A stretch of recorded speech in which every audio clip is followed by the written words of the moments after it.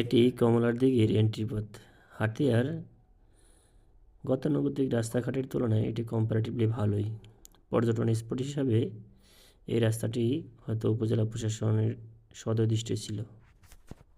হাতিয়া মানেই কেওড়া গাছ, ম্যানগ্রোভ ফরেস্ট, এবং এখানেও তার ব্যতিক্রম নয়। এ হচ্ছে কমলা দিঘির মেইন গেট।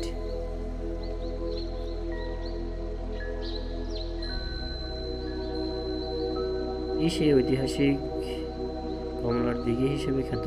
মূলত লোকমুখে পরিচিত আছে একটা সময় এই অঞ্চলে হরিণকে মিঠা পানি খাওয়ানোর জন্য এই দিঘিটা খনন করা হয়েছে। আর এই কমলার দিঘিটি আসলে কোনো বিখ্যাত ব্যক্তির নামে নয়, এখানে একদল কর্মী ছিল এই দিঘি খননের, যারা ছিল নারী। ওখানকারই এক নারী যার নাম কমলা, তার নাম অনুসারে এই কমলার দিঘি হয়। আর এই হচ্ছে কমলার দিঘির সংলগ্ন যে বীজটা, এটিও মোটামুটি এটা ম্যানগ্রোভ ফরেস্ট অ্যান্ড পাশাপাশি বীজ। এই সমুদ্র সৈকতটি আন্ডার রেটেড, বাট আপনাকে হতাশ করবে না।